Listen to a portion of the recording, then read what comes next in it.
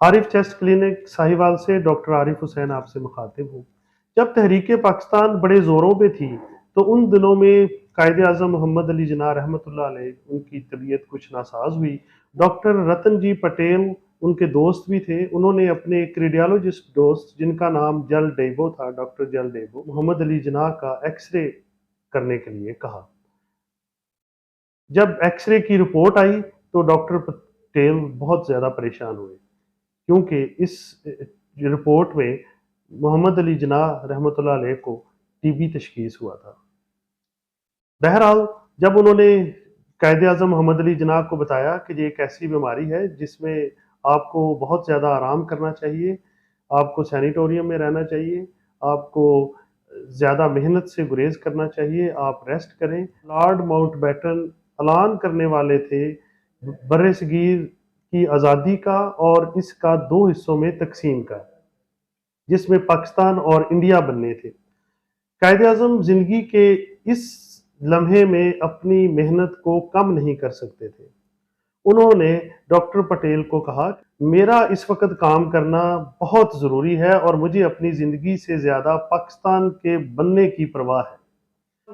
Doctor Patel के समझाने के बाद वो ना माने तो डॉक्टर पटेल ने उनकी सारी फाइल और उनका जो एक्सरे फिल्म्स थी उनको उन्होंने एक जगह पे महफूज कर दिया।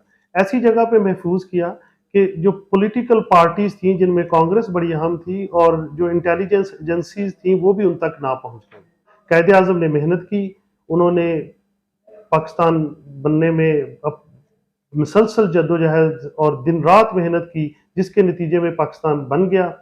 उसके बाद कायद आज़म मोहम्मद अली जिन्नाह इसी बीमारी में मुब्तला होके पाकिस्तान बनने के बाद उनकी वफात हो गई।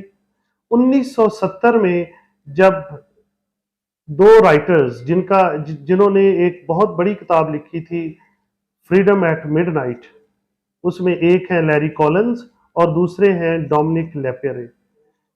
इन्होंने जब अपनी बुक की रिसर्च के लिए डॉक्टर पटेल से मुलाकात की तो उन्हें पता चला कि कायद आज़म मोहम्मद अली जिन्नाह को तो टीबी की तशखीस बनने से पहले हो चुकी थी। और डॉक्टर पटेल ने जब उनको ये डॉक्यूमेंट्स प्रोवाइड किए तो वो बड़े हैरान हुए। वापसी पे अपनी रिसर्च के लिए ही जब वो लंदन गए तो उनकी मुलाकात लॉर्ड माउंटबेटन से हुई।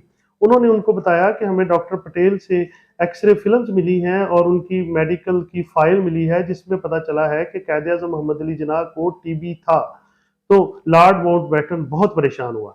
उसने कहा कि अगर मुझे उस वक्त पता चल जाता तो मैं कभी पाकिस्तान बनने ना देता। मैं कुछ महीनों के लिए इस हिंदुस्तान की तकसीम को डिले कर सकता था, मैं कर देता और शायद आज इंडिया यूनाइटेड होता और पाकिस्तान ना बनता। तो इससे देखें कि कायद आज़म मोहम्मद अली जिन्नाह के बारे में हम जानते हैं कि उन्होंने बड़ी मुसलसल जद्दोजहद की और बड़ी अनथक मेहनत की पाकिस्तान बनाने में। लेकिन जो चीज़ हम नहीं जानते वो ये है कि उन्होंने कितनी ज़्यादा लड़ाई की अपनी उस बीमारी से, और उस बीमारी में उनकी जो वहद होप थी वो पाकिस्तान का बनना था। और उन्होंने अपनी ज़िंदगी की कोई परवाह नहीं की।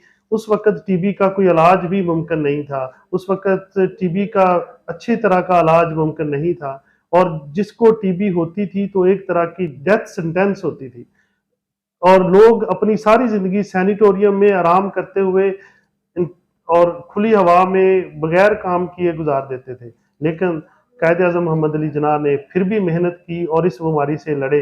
अल्लाह का बहुत शुक्र है कि इस वक़्त इस बीमारी का इलाज मुमकिन है।